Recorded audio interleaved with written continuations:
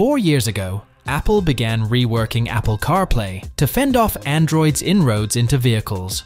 With Apple shelving its car plans, CarPlay has become crucial for the company to break into the automotive market.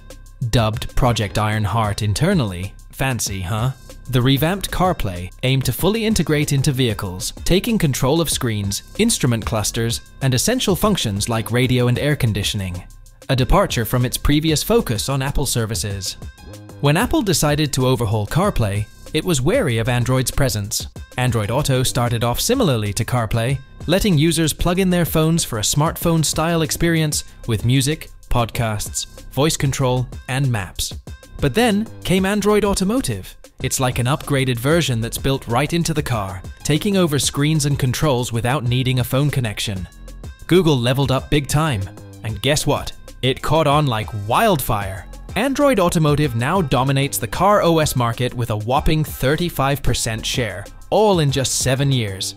Polestar, Porsche, BMW, you name it, they've all hopped on the Android Automotive train. Now, Apple's like, hey, we gotta step up our game. The new CarPlay is Apple's response, designed to impress users and automakers with its slick interface and highly customizable software. However, unlike Android Automotive, CarPlay still depends on the iPhone and isn't a standalone OS for vehicles. Apple explored making it a full car OS, but found it impractical due to the need for proprietary hardware like custom chipsets.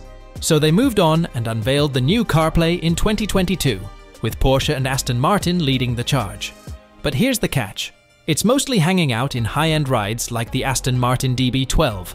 So, not exactly hitting the mainstream just yet. And get this, Apple's not even looking to make bank off it.